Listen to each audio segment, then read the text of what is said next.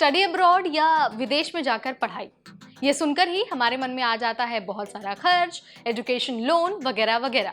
लेकिन ज़रा सोचिए, अगर आपको विदेश में जाकर पढ़ाई करने का मौका मिल जाए और कोई पैसा भी ना देना पड़े तो कैसा लगेगा?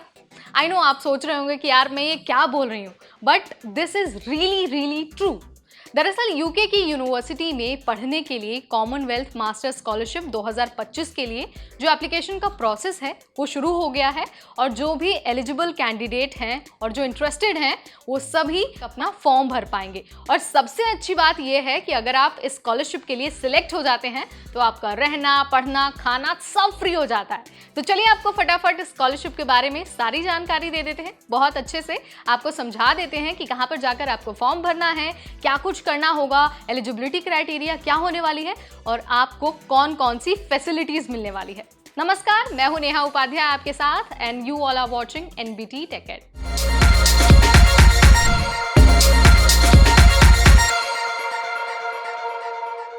दरअसल यूके की यूनिवर्सिटीज में पढ़ने के लिए कॉमनवेल्थ स्कॉलरशिप दी जाती है और ये जो स्कॉलरशिप है ना वो मास्टर्स प्रोग्राम के लिए होती है।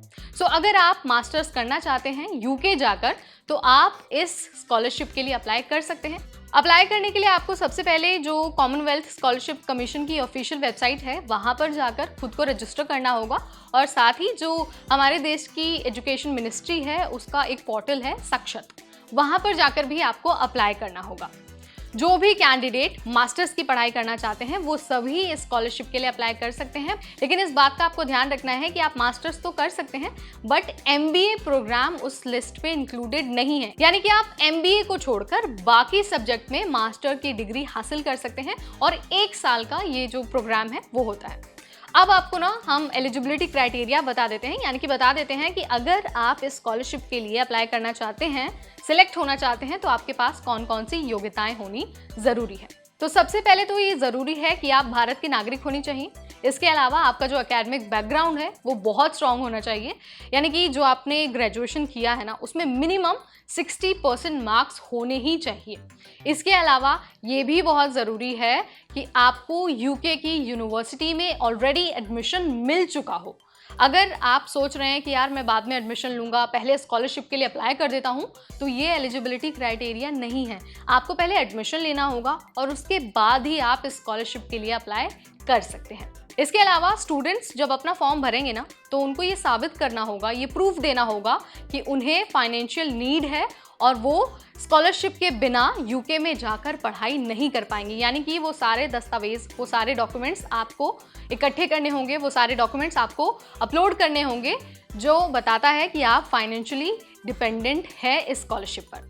इसके अलावा अब हम आपको सुविधाओं के बारे में भी बता देते हैं, जो सुविधाएं मतलब आपको मिलने वाली है स्कॉलरशिप के बाद। एक तो सबसे पहले जितनी ट्यूशन फीस है, यानी कि जो कोर्स की फीस है वो तो कवर होगी ही, साथ ही आपको मंथली स्टाइपेंड भी मिलेगा।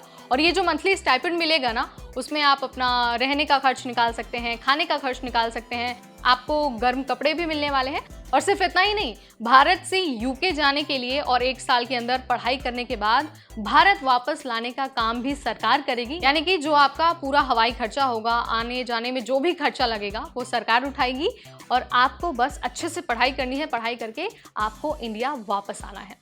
सो अगर आप यूके में जाकर पढ़ाई करना चाहते हैं, मास्टर्स की डिग्री हासिल करना चाहते हैं तो ये स्कॉलरशिप आपके लिए किसी वरदान से कम नहीं है। सो आपको ये वीडियो कैसी लगी let me know in the comment section. ऐसी और वीडियोस हम आपके लिए लाते रहेंगे only on NBT tech add.